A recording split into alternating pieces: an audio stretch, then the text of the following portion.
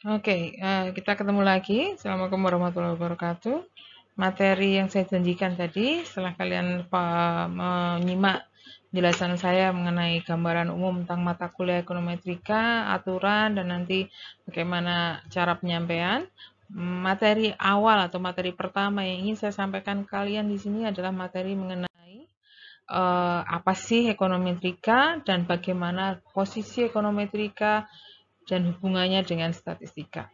Jadi yang pertama, ekonometrika di sini sebetulnya adalah penerapan dari statistika matematika pada data ekonomi ya, untuk membentuk model ekonomi secara empirik dan mendapatkan hasilnya secara numerik.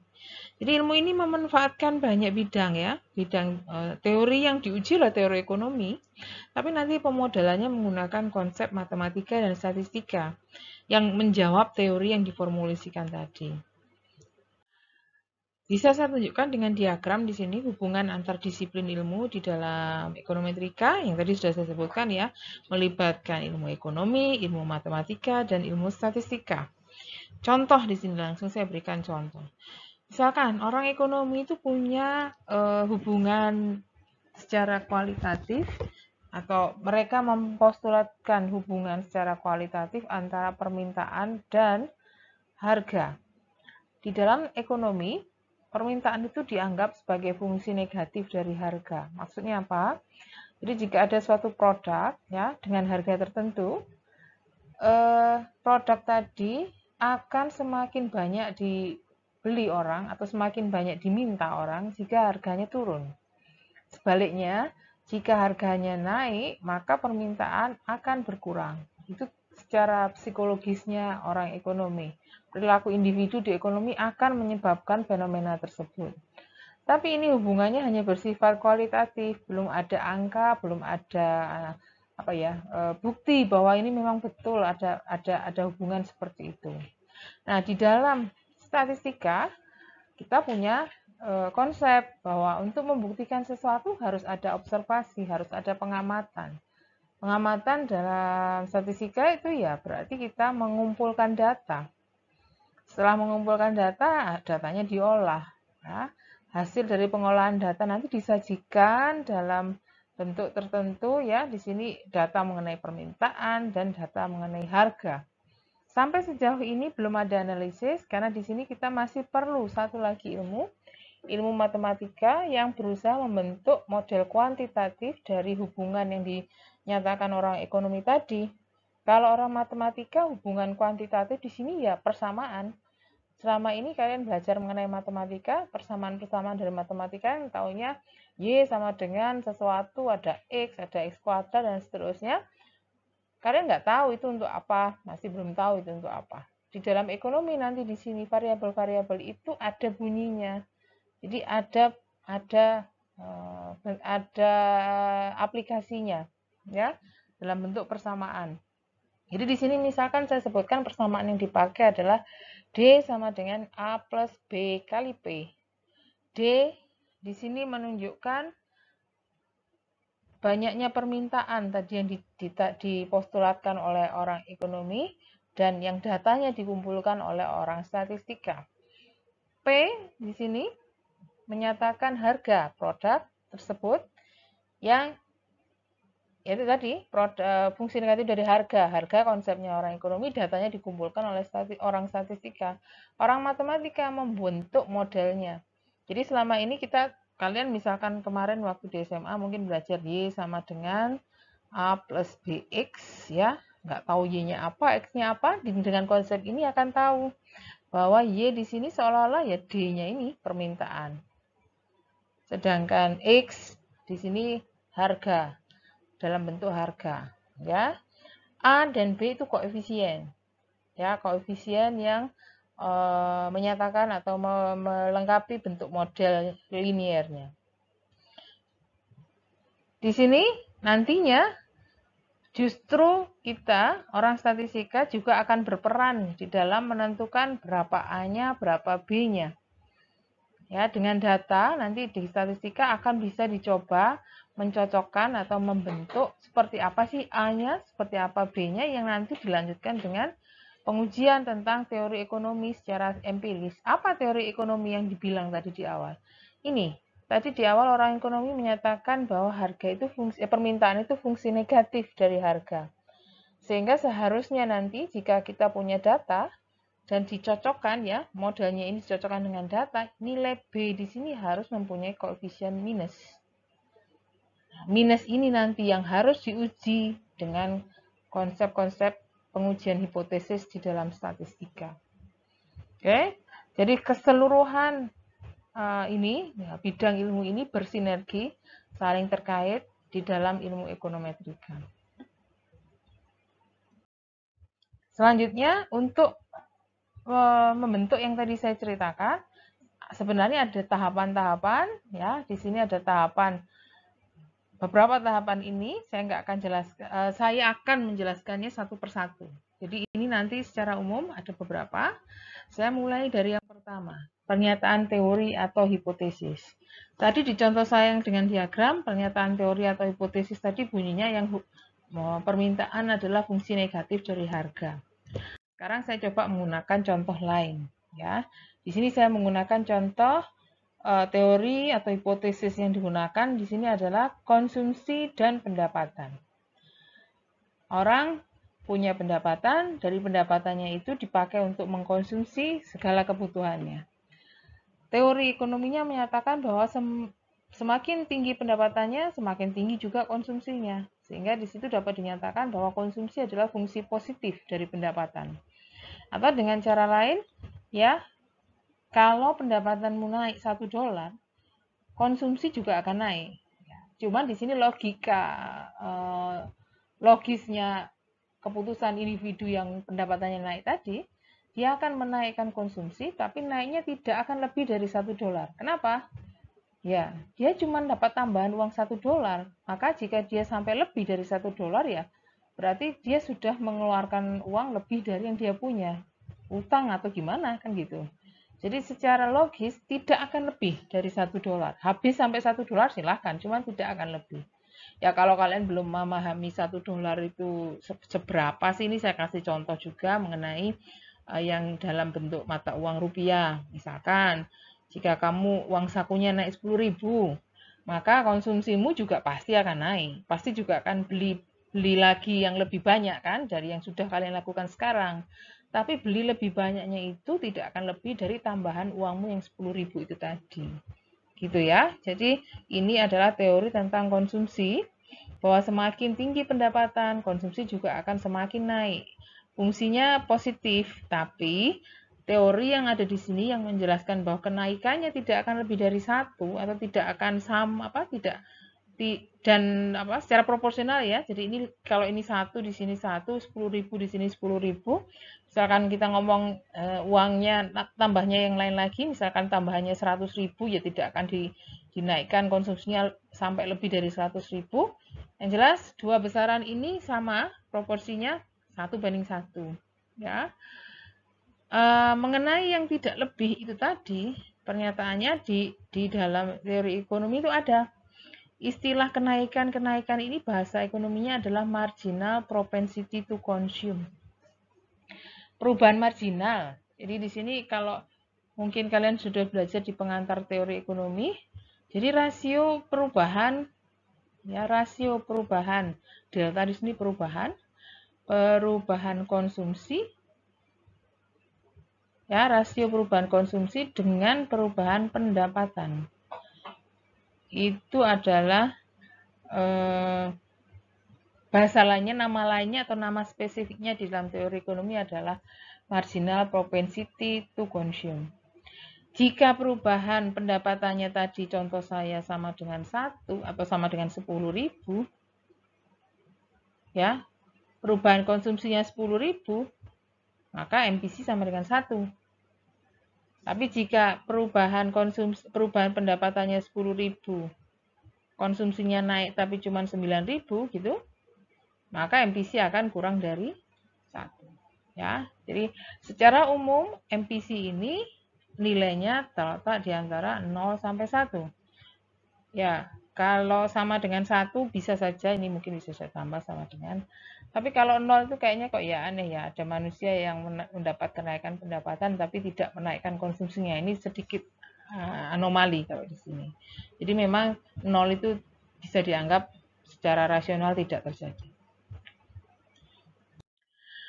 Yang kedua, ya setelah teori dan hipotesis tadi sudah dinyatakan, kita akan menyajikan model matematis dari teori tersebut.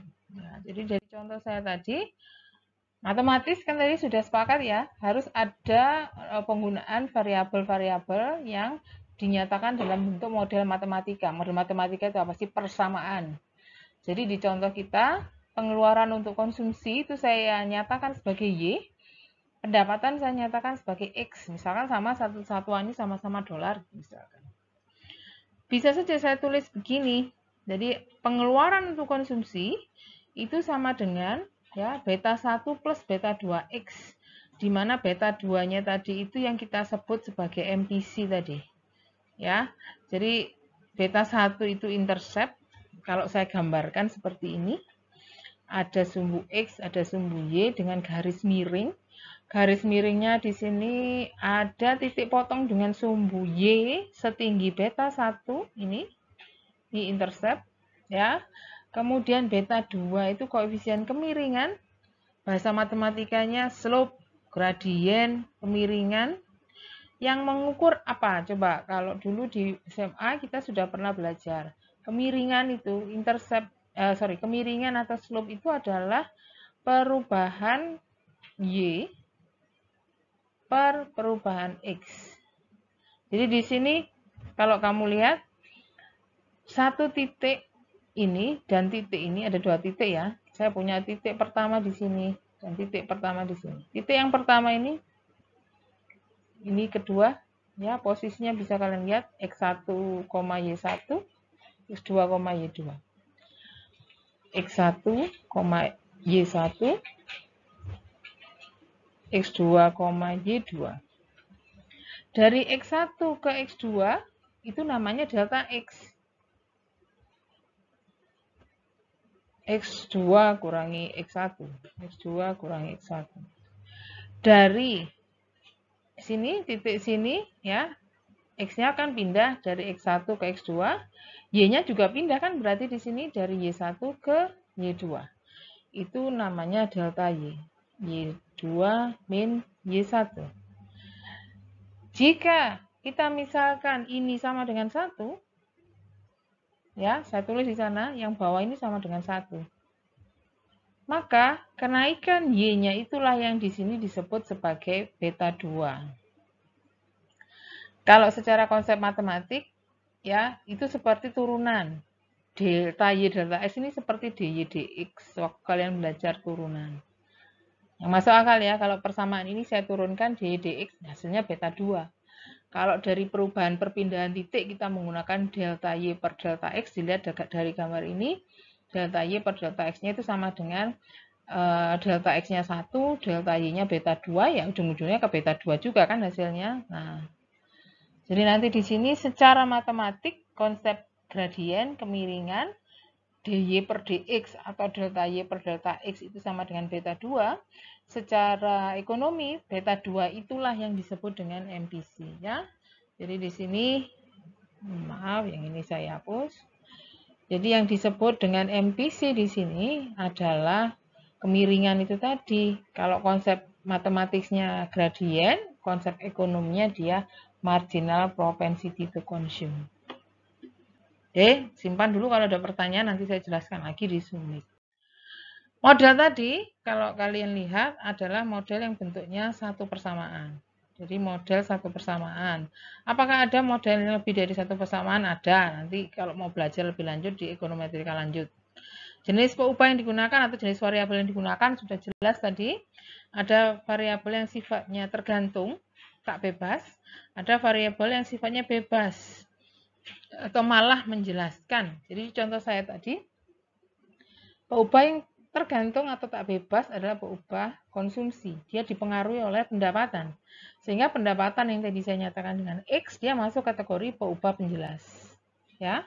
Jadi pada model konsumsi, yang Y-nya itulah yang dimaksud dengan peubah tak bebas, peubah yang dipengaruhi atau peubah yang tergantung, atau bahasa ekonominya bisa diganti dengan peubah endogen. Sedangkan X itu adalah peubah penjelas atau peubah eksogen.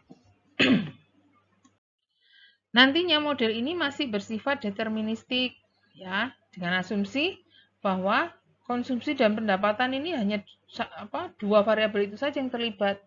Jadi kalau misalkan untuk satu angka pendapatan ya akan menghasilkan satu angka konsumsi. Padahal pada prakteknya nggak bisa kan seperti itu. Orang dengan pendapatan yang sama, konsumsinya bisa jadi beda-beda.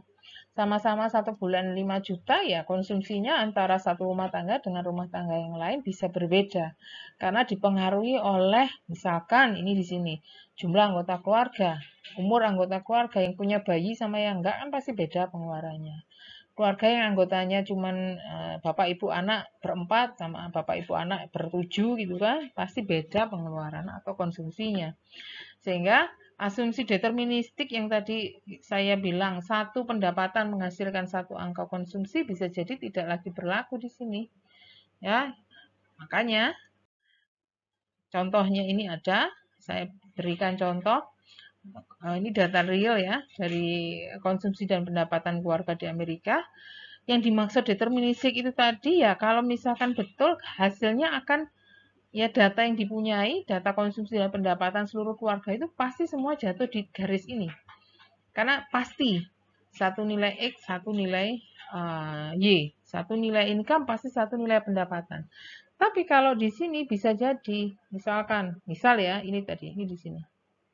Ini satu nilai pendapatan bisa jadi ketemu konsumsi yang di titik ini atau ketemu anggota rumah tangga lain yang nanti konsumsinya di sini bisa jadi beda. Ya, sehingga tidak semuanya jatuh tepat di garis tapi malah membentuk titik-titik.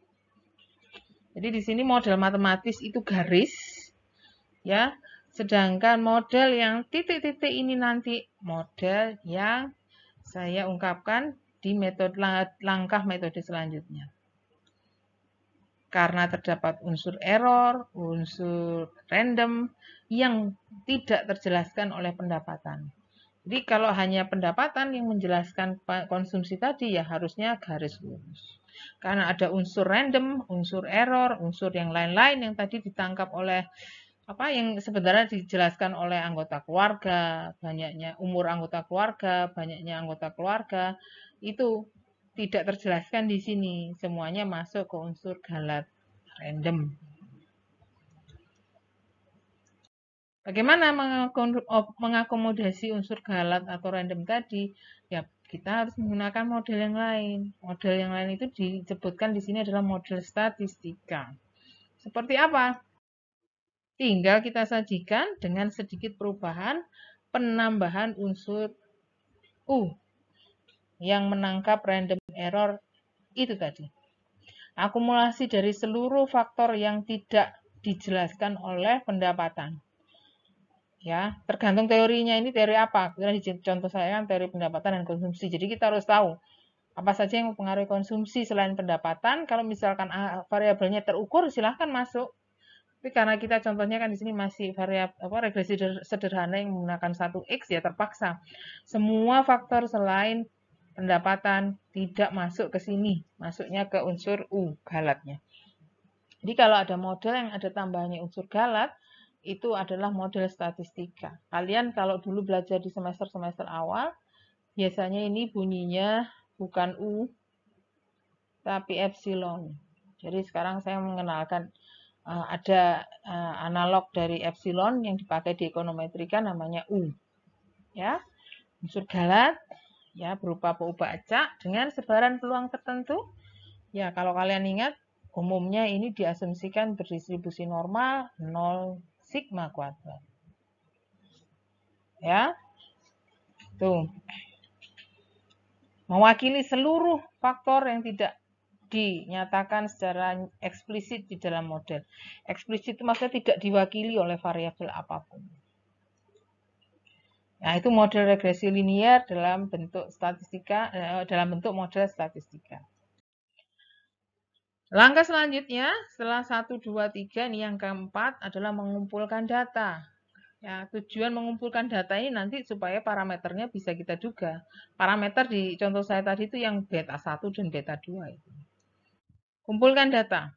Ya, jadi kita mengumpulkan informasi mengenai pendapatan dan mengenai konsumsi. Di contoh saya ini saya menggunakan data US, Personal Consumption Expenditure untuk Y pada tahun ke I. Sedangkan pendapatan ini saya gunakan data Gross Domestic Product di US juga pada tahun ke I, tahunnya kebetulan dipakai tahun 1981 sampai 1996.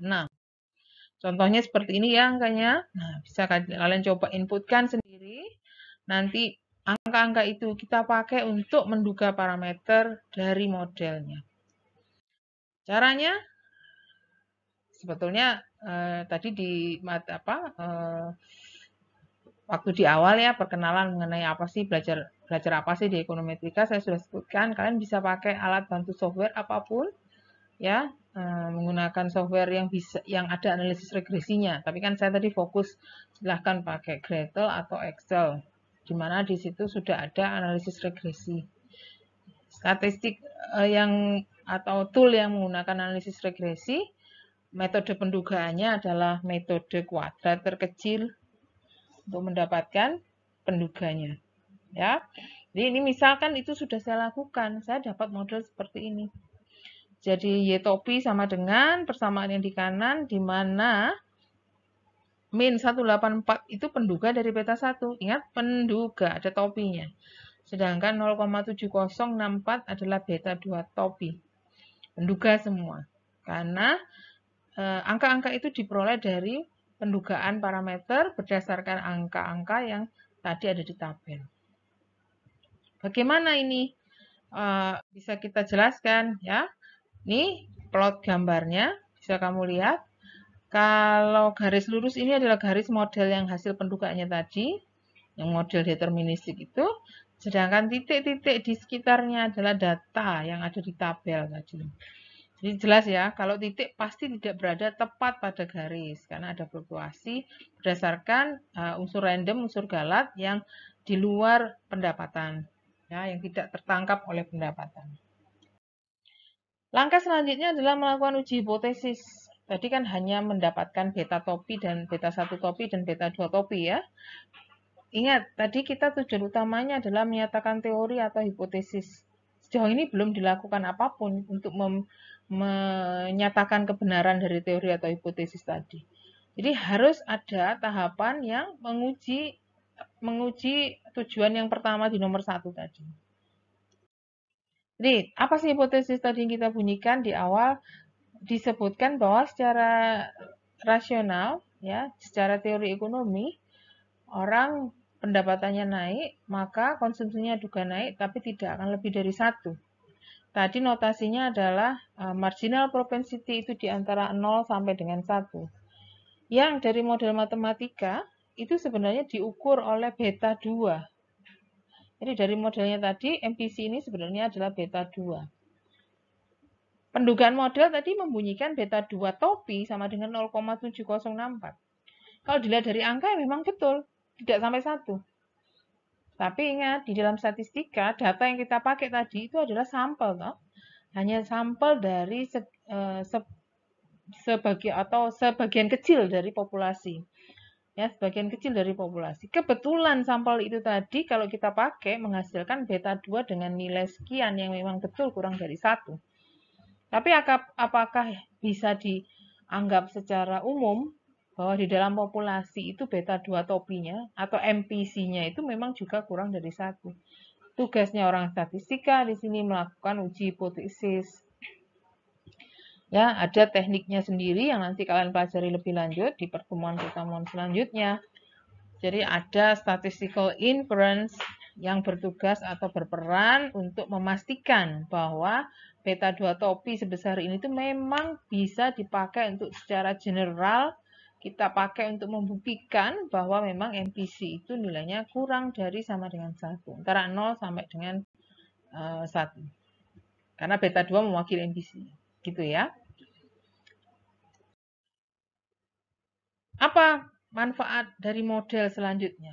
kalau ini sudah kita uji. Bisa dipakai untuk peramalan. Bagaimana? Ya, tadi modelnya kan sudah jelas ya. Saya punya konsumsi sama dengan fungsi dari pendapatan.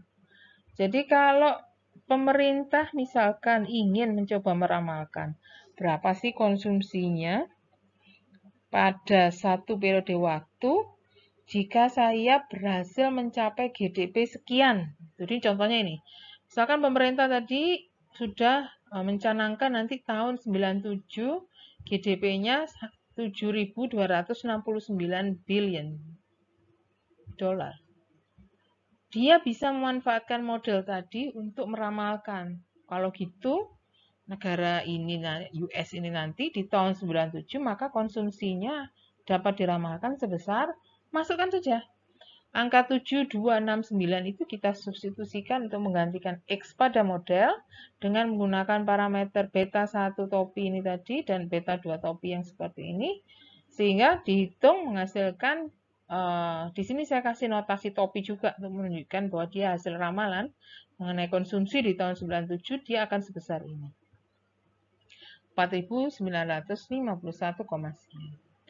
itu manfaat model. Jadi model tidak hanya dipakai terus ditaruh gitu aja. Jadi ekonometrika dipakai untuk salah satunya adalah melakukan peramalan. Metode yang terakhir, ya ini selain peramalan tadi, ya jika ini sudah sampai ke kementerian misalkan, ya model ini dipakai untuk melakukan atau mengambil kebijakan tertentu yang berkaitan. Jadi contoh saya, misalkan pemerintah ingin mencapai tingkat konsumsi sebesar 4.900 billion dolar. Apa yang harus dilakukan? Ya, tadi kalian kan sudah paham.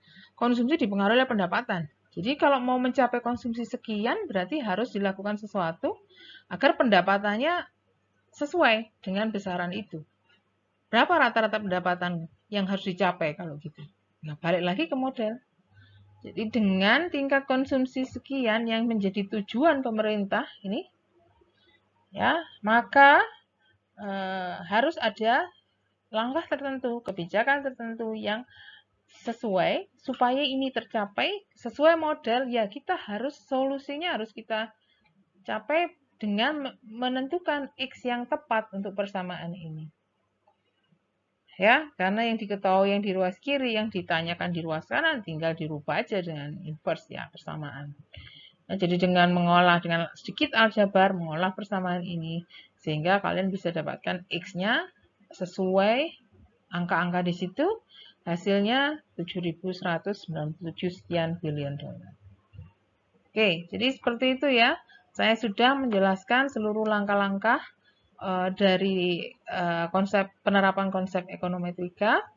Sedangkan review untuk regresi bisa saya mulai minggu depan, tapi paling tidak ini sudah kalian pahami. Mengenai tipe data, belum saya masukkan ke sini, akan saya masukkan sebagai materi awal di minggu depan. Simpan semua pertanyaan, kalian pelajari lagi. Pertanyaan-pertanyaannya nanti silakan ajukan ketika kita ketemu di sesi Zoom. Sekian dari saya. Assalamualaikum warahmatullahi wabarakatuh.